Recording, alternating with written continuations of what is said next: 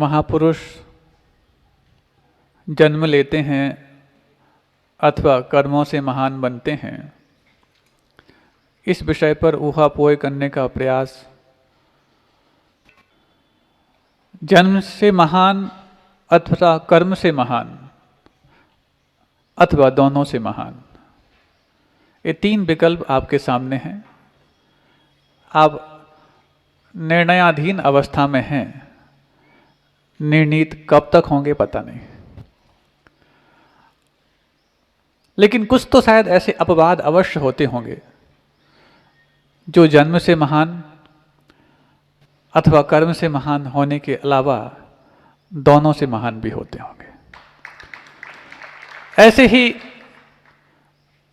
जन्म और अपने कर्म, इन दोनों से महान जिस व्यक्तित्व के बारे में विचार करने के लिए अपन तैयार हुए हैं, और पूरी दुनिया में एकमात्र ऐसा व्यक्तित्व जो दोनों से महानता के रूप में सामने आने वाला शख्स है, उन्हीं शख्स का नाम पूज्य गुरुदेव आचार्य विद्यासागर जी महाराज।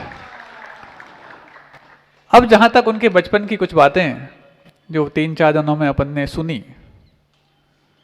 समझी, और कुछ हद तक हम अपने जीवन को उनके बचपन से अपने बड़प्पन को तक जोड़ने का प्रयास करें, तो एक बार की बात, चूंकि विद्याधर के दादा पारिसप्पा, मल्पा जी पिताजी का नाम था, पारिसप्पा उनके दादाजी का नाम था, स्वाध्यायशील थे, और स्वाध्यायशील होने का प्रभाव ही उनके जीवन में बचपन से ही स्वाध्याय के रूप में सामने आया, जो आपने कल सुना।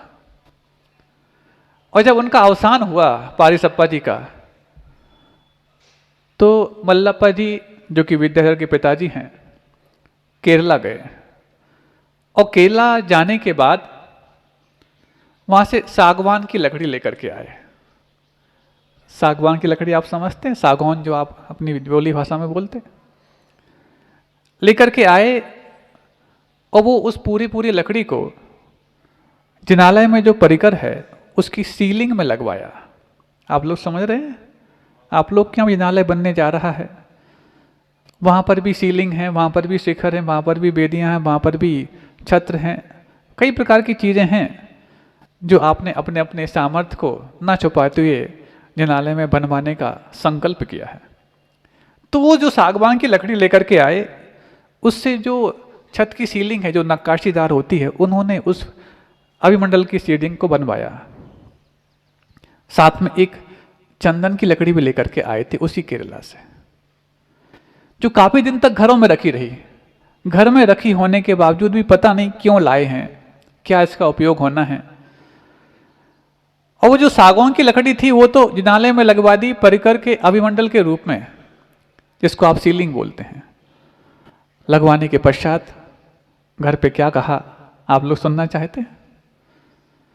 जिनको शायद ये जो जिनालय के कोई भी पार्ट्स होते हैं, ये लगाने के प्रति कुछ ऐसा भाव, अरे ये तो पत्थर है, पत्थरों में पैसा खोने की अपेक्षा तो परमात्मा के जो अंश हैं ऐसे इंसानों में पैसा खोया गया है। बिल्कुल, परमात्मा के अंश किसी इंसान में देखने वाले जब पत्थर में भी परमात्मा के दर्शन करते हैं, तभी जगह के पाषाण आत्मा भी किसी भव्य आत्मा में परमात्मा के दर्शन कर पाता है। नहीं तो कठोर दिल से मात्र पत्थर का होता ऐसा नहीं, उसके पास एक इंद्रिय पना तो है जो उसके जीवत्व की सिद्धि के लिए पर्याप्त है, लेकिन कठोर पर्याय पूर्व जीवन के कोमल पर्याय में कठोर विचारों का परिणाम है। और जब कोमल पर्याय पाकर के भी हमारे परिणाम कठोर हो जाते हैं, तो भविष्य में पर्याय भी कठोरता के रूप में मिलती है, जिसको लोग पत्थर के रूप में जानते हैं। तो पाषाण की सीलिंग बनवाना है, वो तो पहले से बनी हुई थी, लेकिन उसके नीचे नक्काशी के लिए सागौन की लकड़ी लगवा करके उसमें और कंगोरे नक्काशी इत्यादि लगवाना, इससे क्या फर्क पड़ जाएगा? भगवान तो बीतरागी है, और बीतरागी भगवान तो कभी ये कहते नहीं कि तुम वहां जाकर के कुछ सीलिंग लगवाओ या नक्काशी कराओ आदि आदि। वो तो बीतरागी हैं, और वितरागी हैं वो आपके सामने नहीं, वो तो सिद्धालय में जाके विराजमान हैं।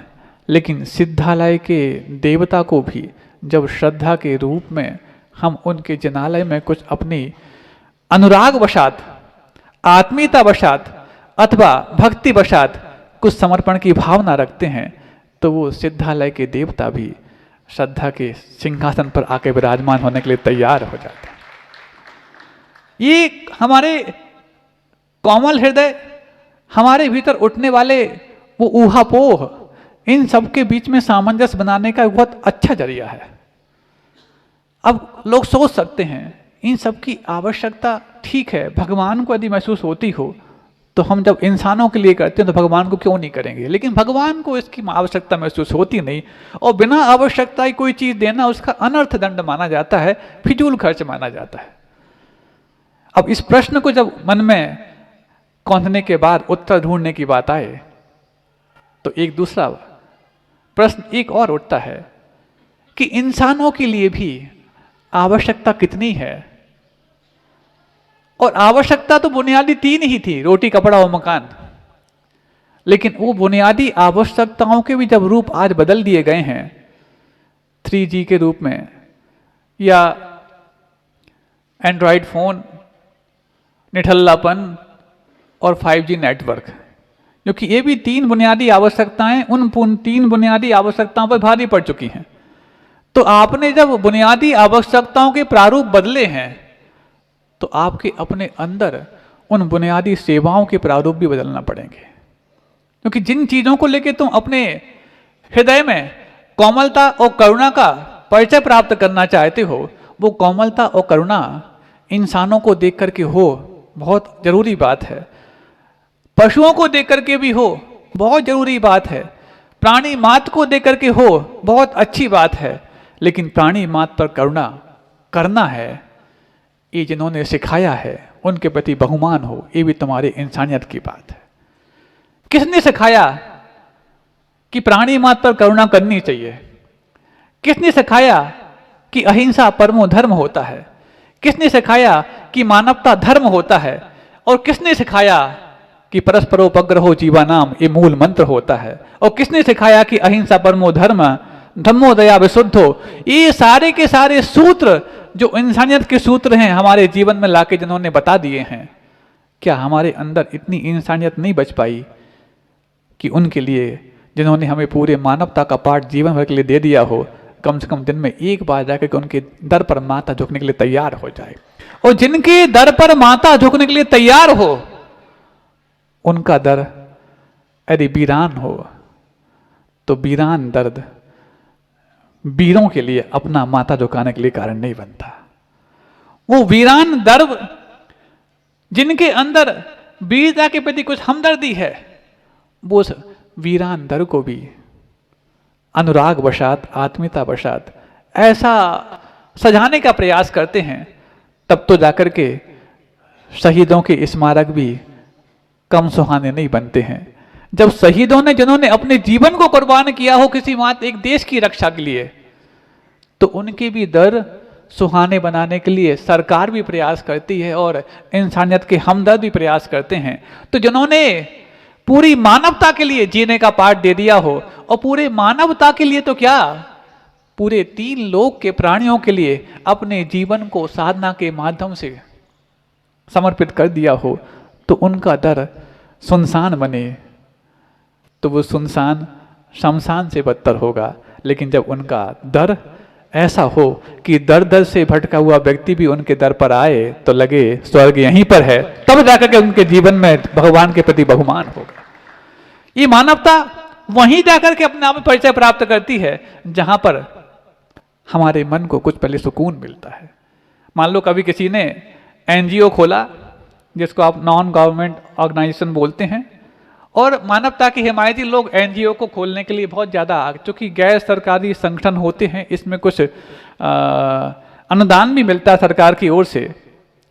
तो शुरुआत में मान लो किसी व्यक्ति ने NGO खोला, और NGO खोलने के पश्चात उसके अच्छे कार्यों को देख करके उसकी टीम बढ़ने लग गई, और टीम बढ़ते बढ़ते अब जब संख्या बढ़ती है तो सामंजस्य बिठाने के लिए संवाद भी आवश्यक होते हैं, और संवाद को करने के लिए एक स्थान भी आवश्यक होता है कि हम कहाँ मिलकर के एक साथ हम संवाद कर पाए।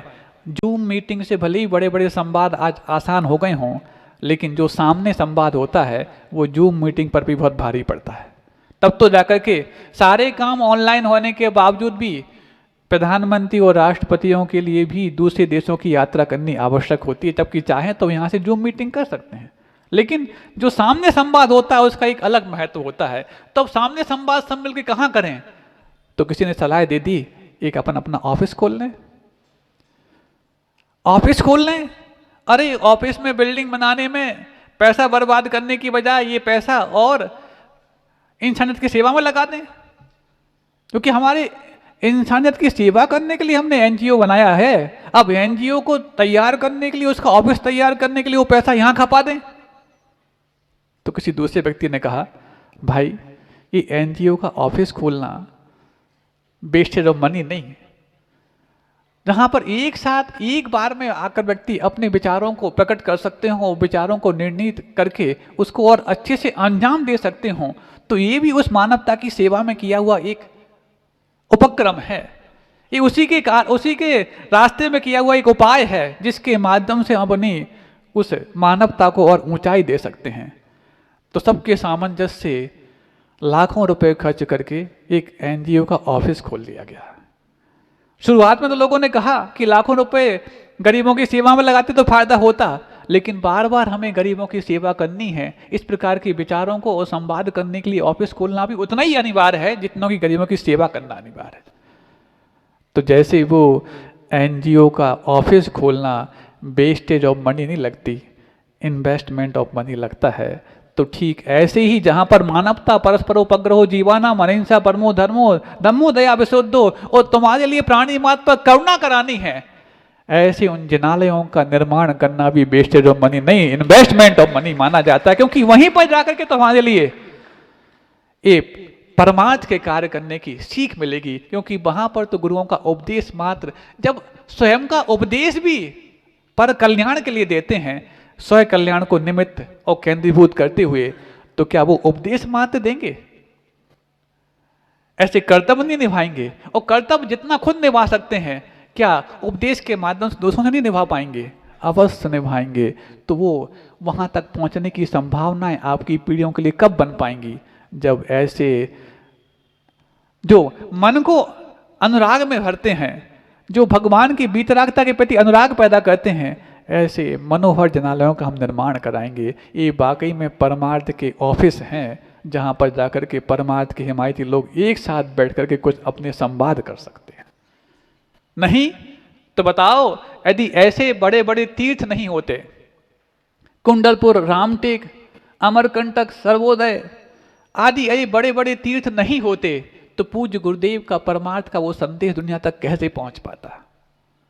क्योंकि तीर्थ के बहाने आम श्रावक उन क्षेत्रों पर पहुंचते थे, लेकिन जीवंत तीर्थ पूज्य गुरुदेव का आशीर्वाद पाकर के वो कल्याण के मार्ग करने के लिए तैयार होते थे।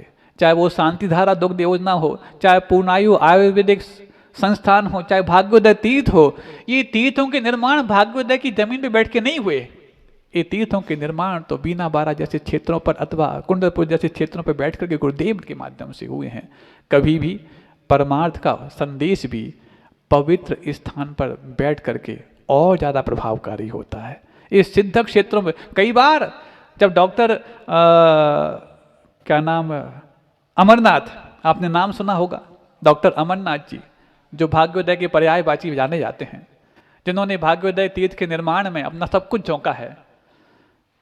डॉक्टर अमरनाथ यही कहते, जब वो थे उस वक्त यही कहते थे कि यदि बीना बारा के शांतिनाथ भगवान नहीं होते तो शायद हमारा भाग्योदय तीर्थ का निर्माण नहीं होता।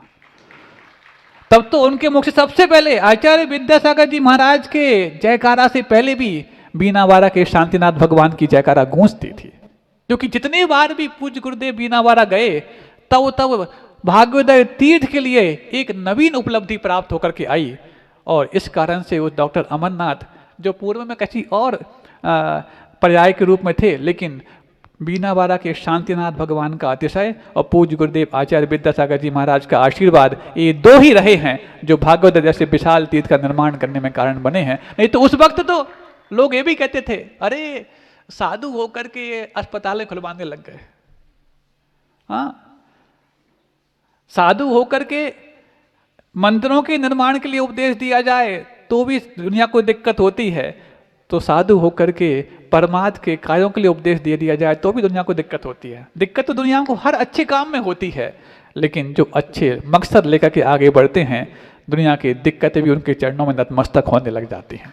ऐसे कई सारे उस समय हुए उपद्रव, लेकिन पूज्य गुरुदेव मात्र, चाहे वो बड़े बाबा की प्रतिमा को स्थानांतरित करने की बात हो, चाहे वो भाग्योदय तीर्थ के निर्माण की बात हो, चाहे अन्य और चाहे गौशालाओं के निर्माण की बात हो, हथकरघा जैसे परोपकार के प्रकल्पों को चालू करने की बात हो, चाहे वो पूर्णायु जैसे संस्थान की बात हो, चाहे शांति धारा जैसे रोजगारोन्मुखी योजना की बात हो, जब भी पूज्य गुरुदेव ने इतने बड़े बड़े परमार्थ के उद्देश्यों को समाज के सामने रखा है, भक्तों ने तो स्वीकार किया है, लेकिन जो बाद में भक्त बने हैं उस समय उन्होंने थोड़ा नकारा भी है। लेकिन अंत में जाकर के नमो नमित विद्विषे, जो अपने बैरियों के द्वारा भी नमस्कार के योग बन जाते हैं, वो ही तो आराध्य पूज्य गुरुदेव आचार्य विद्यासागर जी महाराज माने जाते हैं। लेकिन उसमें समय लगता है, और इस समय को पाने के लिए भक्तों का धैर्य कम, गुरु का धैर्य ज्यादा होता है। नहीं तो लोग तो ये कहते थे, अरे बड़े बाबा की प्रतिमा नए मंदिर में जाएगी, इतनी प्राचीन प्रतिमा है, कहीं ऊंच नीच हो जाए तो क्या होगा। सिर्फ मात्र आर्किटेक्ट, इंजीनियर, डिजाइनर्स ये सब कुछ कहते हो, ये वाली बात तो कोई बात नहीं। उनके शिष्य भी बोलते थे कि गुरुजी इतनी बड़ी जोखिम लेना ठीक नहीं। लेकिन मात्र एक पूज्य गुरुदेव को ये विश्वास था कि जिन बड़े बाबा ने इस मुनियों के लिए बड़ी मरुभूमि बुंदेलखंड, ये मरुस्थल था, यहाँ पर मुनियों के लिए इतना आसान बाग बगीचे नहीं थे कि कोई भी कहीं भी जाए उच्चारण करे, मरुस्थल था। 50 वर्ष पूर्व जब पूज्य गुरुदेव बुंदेलखंड में आए थे, तो बुंदेलखंड की धरा रेत में पेड़ उगाने जैसी धरा थी, जो प्रभावना के वृक्षों को फलीभूत करने लायक 50 साल में बन पाई। ऐसे भीषण मरुभूमि को चुन करके माँ बड़े बाबा का आशीर्वाद था, जो छोटे बाबा को भी छोटा नहीं रहने दिया गया, उनके लिए भी बड़ा बना दिया। और पूज्य गुरुदेव ने भी अपने बड़े बाबा को सबसे बड़े सिंहासन पर विराजमान कर दिया, जो आज जैनों के लिए गौरव बन गया। ऐसे कुंडलपुर क्षेत्र का निर्माण करा दिया, और उस कुंडलपुर क्षेत्र में कितनी सारी परोपकार की योजनाएं प्रसूत हुई हैं, कितने सारे मानवता के पाठ वहां से प्रसूत हुए हैं। ये तो सिर्फ उन्हीं को मालूम है जो पूज्य गुरुदेव के पास वर्षों तक रह के अपने आप से सुसूत हुए। ये बहुत बहुत मुश्किल बात है इस बात को समझ पाना। मात्र परोपकार और परमार्थ के लिए कुछ 2-4 कार्य कर देना मात्र परमार्थ नहीं माना जाता। ये परमार्थ सदियों तक स्थायी रूप प्राप्त कर पाए, ऐसे कार्यों को करना भी परमार्थ की दिशा में है एक बड़ा हुआ कदम माना जाता है।